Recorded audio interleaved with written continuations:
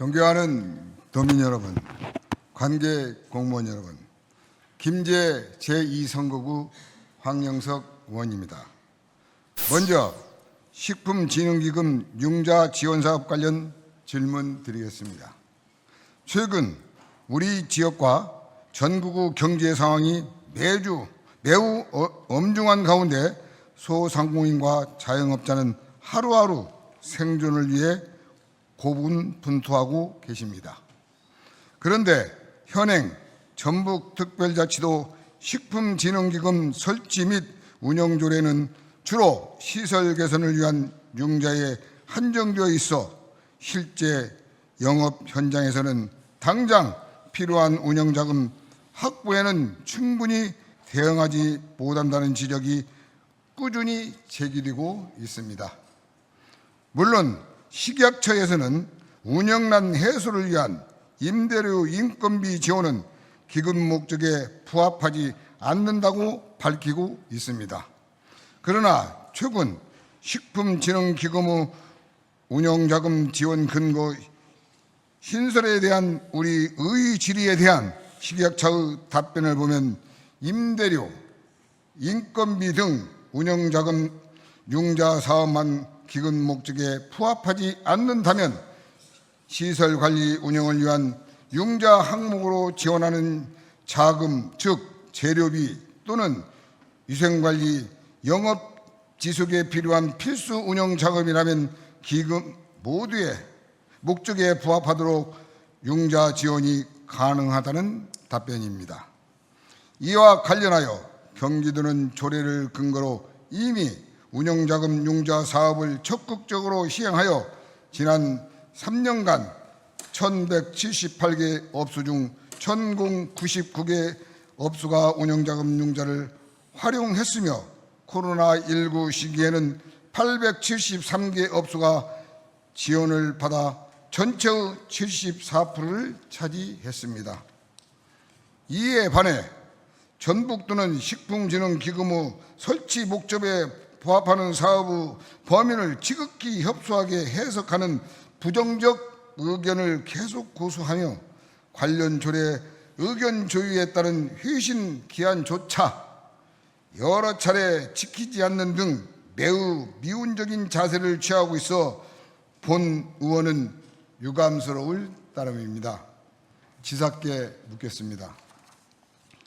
지난 10년간 식품진흥기금을 통한 시설 개선 융자 지원 사업비 67억 원 중 실제 집행액은 고작 33%에 불과한 22억 원 수준입니다. 작년 집행률 10%, 올해 집행률은 0%로 사실상 사업 지속성이 의심되는 상황입니다. 이토록 집행률이 저조한 이유는 무엇이며 저조한 집행률을 수년간 방치하고 개선하지 않은 이유는 무엇인지 말씀해 주시기 바랍니다. 본 의원은 현재 우리 전북 지역 소상공인과 자영업자들은 시설 개선 융자 사업보다 필수 운영자금 융자 사업이 더욱 절실하다고 생각합니다. 이는 앞서 말씀드린 바와 같이 식약처의 공문, 임대료 인건비 등 운영자금 융자 사업만 기금 목적에 부합하지 않을 뿐 시설관리 운영을 위한 융자 항목으로 지원하는 자금, 즉 재료비 또는 위생관리 영업 지속에 필요한 필수 운영 자금이라면 융자 지원이 가능하다는 것입니다. 전북도는 이 사안을 협소하게 해석하는데 행정력을 집중할 게 아니라 경기도처럼 조례 개정을 통해 사업을 추진하고 법률이 현실을 담지 못하는 부분을 해소하려는 데 행정력을 아끼지 않아야 할 것입니다. 이에 대한 지사님의 견해를 말씀해 주시기 바랍니다. 아울러 우리 의회에서는 모범 음식점, 향토 음식점, 위생등급 등 지정업소 운영 융자 지원 근거를 마련하고자 관련 조례 개정을 준비하고 있습니다. 이에 두 차례 감염병 관리과에 의견 조의한 바 모두 부등한 상태입니다. 시사님의 판단과 일치한 것인지 답변해 주시기 바랍니다. 경기도 사례처럼 우리 도가 식약처 등 중앙부처의 협의를 통해 임대료 인건비를 포함한 운영자금 지원을 제도적으로 명분화하고 현장 수요에 부응하는 정책을 마련할 의지가 있으신지 답변 바랍니다.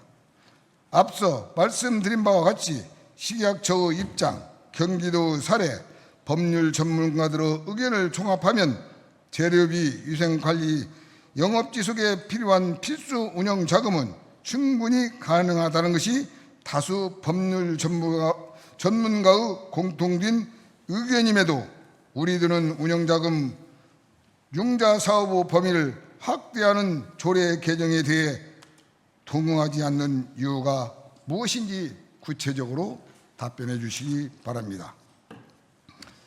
전북도는 자영업자와 소상공인의 경영 안정과 식품산업 경쟁력 강화를 위한 중장기 로드맵을 어떻게 준비하고 계신지 답변 바랍니다. 다음은 전북특별자치도 염소산업의 활성화 방안에 대해 질문하겠습니다. 최근 건강과 웰빙에 대한 관심이 높아지고 보양식 수요가 늘어나면서 염소 고기 소비가 꾸준히 증가하고 있습니다.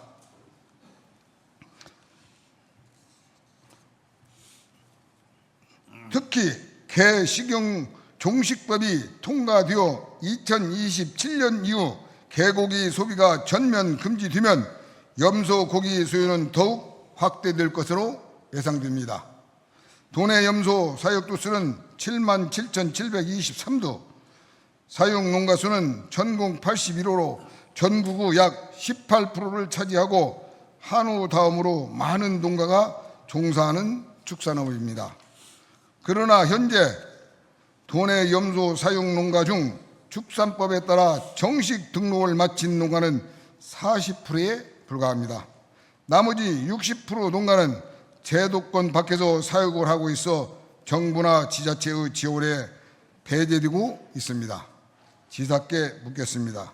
전국 유유 염소 산업 규모를 갖추고 있음에도 불구하고 사육농가의 절반 이상이 제도권 밖에 방치된 현실을 언제까지 그대로 둘 것입니까? 축산업으로 등록을 유도하고 관리 체계를 확립하여 염소 산업이 제대로 된 축산업으로 육성하기 위한 구체적인 대책을 밝혀주시기 바랍니다. 지사님, 전북특별자치도 염소 산업이 전국 두 번째 규모로 성장했음에도 불구하고 여전히 지원 사업은 기자재 지원에 머물고 있습니다. 지금 필요한 것은 단순 기자재 지원이 아니라 현장에서 절실히 요구되는 실질적인 지원입니다. 새끼 염소 폐사율을 낮추기 위한 백신 지원 사업이나 농가의 사양관리 기술을 높이기 위한 체계적인 교육이 반드시 필요합니다. 이에 대한 도 차원의 구체적인 대책이 있다면 말씀해 주시기 바랍니다. 또한 올해 처음 시행한 염소 등록 지원 사업이 전국 최초라는 점에서 큰 의미가 있지만 시범 사업에 그쳐서는 산업 전체 경쟁력을 담보할 수 없습니다. 염소 등록 지원 사업을 단순한 시범 사업이 아닌 도 전역을 아우르는 전략 사업으로 확대 시행할 계획이 있는지, 그리고 이를 위해 우리 재정적, 행정적 지원을 준비하고 있는지 말씀해 주시기 바랍니다. 아울러 전북 염소 산업이 더 이상 사육 단계에만 머물지 않고 유통과 가공 단계까지 산업적 부가가치를 높이려는 도 차원의 적극적인 지원이 필요합니다. 도내 조축장과 가공시설 확충을 위한 구체적인 계획은 무엇인지, 그리고 전북산 염소고기의 브랜드화를 위해 어떤 전략을 마련하고 있는지 명확하게 밝혀주시기 바랍니다. 또 하나 심각한 문제는 수입산 염소고기의 급증입니다. 도내 염소고기 가격은 꾸준히 상승하고 있는 반면 상대적으로 저렴한 수입산이 지속적으로 유입되면서 시장 경쟁력이 크게 악화되고 있습니다. 실제로 지난 6월 사법경찰호 원산지 표시 특별 단속 결과 도내 118개 염소 취급 음식점과 가공품 판매업체 가운데 8개소가 단속에 적발된 것으로 나타났습니다. 지사께 묻겠습니다. 수입산 염소고기 증가로 인한 국내산 경쟁력 약화, 그리고 원산지 표시 위반과 같은 불법, 불공정 행위에 대해 도는 어떤 대응책을 마련하고 있습니까? 단순한 단속에 그칠 것이 아니라 국산 염소고기 소비를 촉진할 수 있는 지원 정책, 유통, 투명성 강화, 브랜드 가치 제고를 위한 종합 대책이 절실히 필요한 시점입니다. 도 차원의 구체적인 대안을 제시해 주시기 바랍니다. 다음은 아동급식 카드와 관련하여 질문 드리겠습니다. 최근 민생회복 소비 쿠폰이 카드 앞면에 43만 원이라는 충전 금액이 표기되고 심지어 카드 색깔로 금액대를 알아볼 수 있게 발급되어 수급자임이 한눈에 드러나는 낙인 효과를 초래했다는 비판이 전국적으로 제기되었습니다. 복지인가 낙인인가라는 사회적 논란이 거세게 일었고 결국 대통령까지 나서 즉각적인 시정을 지시하기에 이르렀습니다. 이 사건은 복지 정책이 의도와 다르게 사람들에게 상처를 줄 수 있음을 보여주는 대표적 사례입니다. 우리 전북은 저소득층 아동에 대한 급식 지원을 추진하고 있습니다.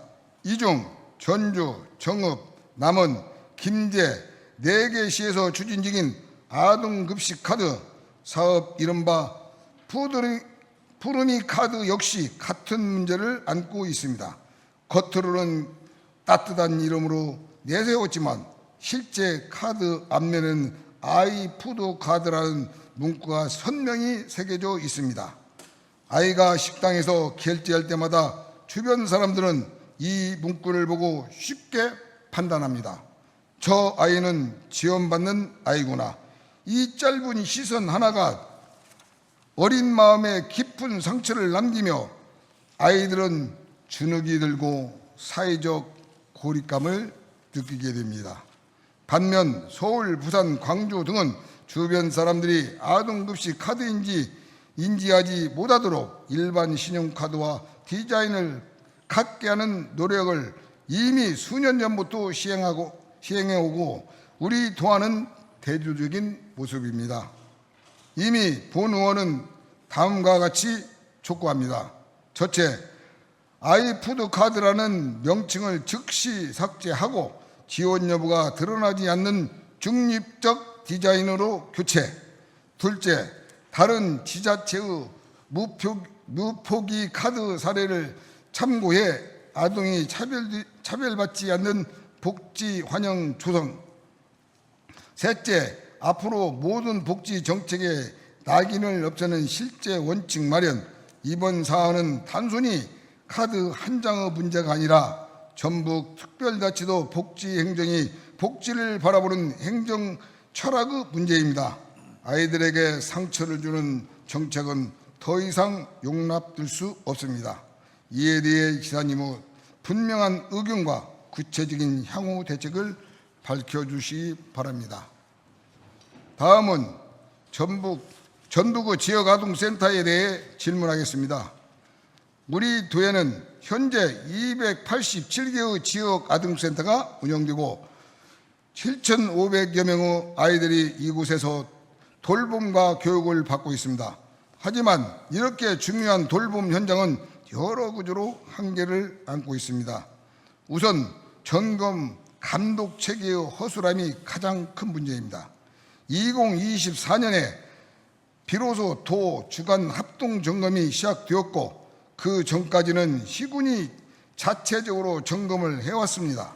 시군 단위 점검은 점검 과정에서 적발된 사례조차 지역 정치권과의 연계로 점검이 무력화되거나 처분이 지연 축소되는 경우가 잦았습니다.